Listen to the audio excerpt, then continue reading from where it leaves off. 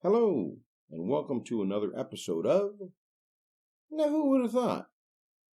It started one night in 1874 on the estate of Prince Paul Esterhazy of Hungary.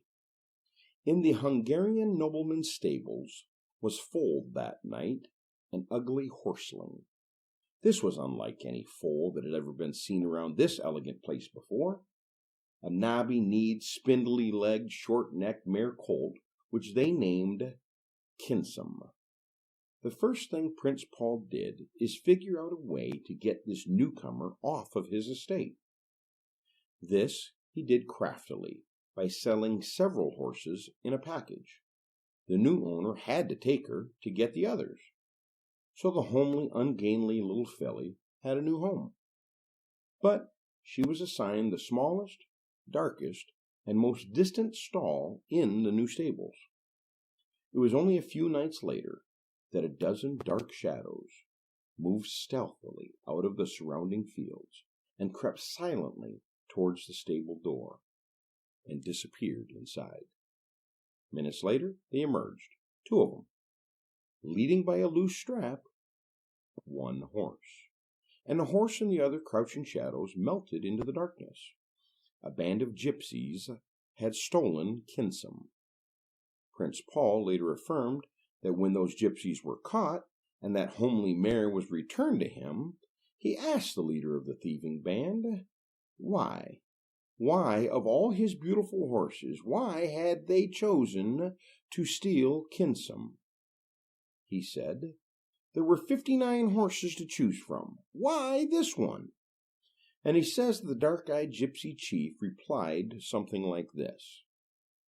Horses, like men, do not have to be handsome. Of course, I am a true attest to this fact.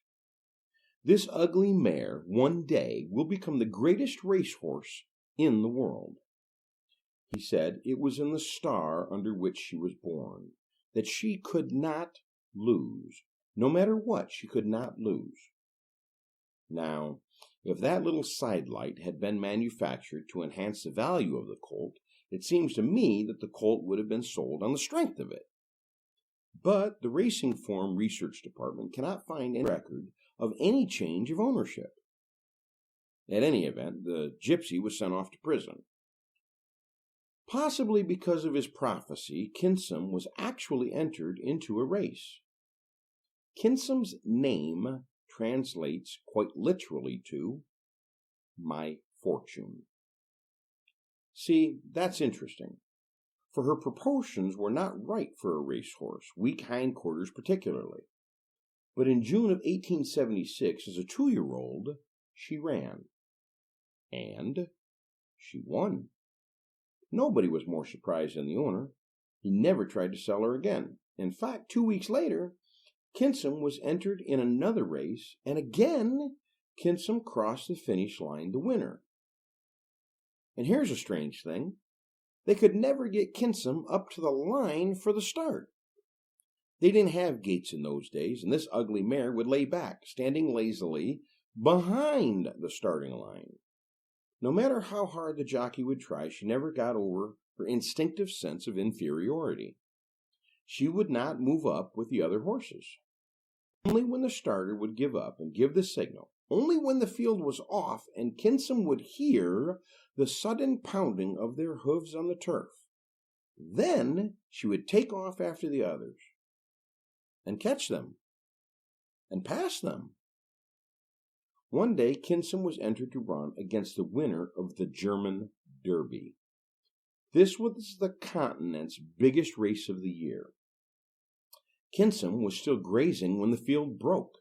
Then her ears went up. She pulled herself together like an accordion, and then, with a great push from her skinny hindquarters, she launched herself in pursuit of the field. Her break was grotesque, but her stride was smooth. In the first turn, Kinsum is cutting around the trail enders on the outside, into the far turn and up the back stretch. Suddenly, those near-side spectators can't see what's happened from the scream of those on the far side who can. Kinsum is fighting for a hole. The front runners are crowded when the fleet-footed Hungarian 2-year-old suddenly cuts to the rail. Her silks are singing as the ugly duckling forces her way to the front, and from the instant they turned into the stretch, with a knobby-kneed Miracle pulling farther out front with every stride. 10,000 eyes, and shortly after, 10 nations knew. There had never been a champion like this before, nor since. For Kinsum won every race she ran as a 2-year-old, then as a 3-year-old. It didn't matter if it was a fast track or a sloppy one.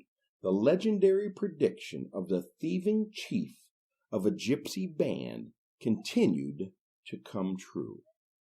Professional bookies finally refused to accept bets on her at any odds, for to this day none has ever beaten, none has ever equaled Kinsum's lifetime record. In 54 major races before she was retired, she won every one of them. That's the official record, which stands unequaled to this day. Whether or not it was the spell of a gypsy's prediction or the star under which Kinsum was born, the unwanted foal became the undisputed queen of the sport of kings. Kinsum retired at the age of 7 and was only at stud for a short time. Progeny of Kinsum's 3 daughters won 41 classic races in Austria, France, Germany, Hungary, and Italy. She died on her 13th birthday, March 17, 1887, from a colic attack shortly after the birth of her last foal. Newspapers across Hungary edged their pages in black that day, the day that she passed. Flags were flown at half-staff. There is a life-sized statue of her near the stadium at Kinsum Park in Budapest, where the Kinsum Museum is located. The ugliest horse that was ever born became the greatest horse that ever lived. Now, who would have thought? This is Chris McCrae. Take care of yourself and the ones you love most.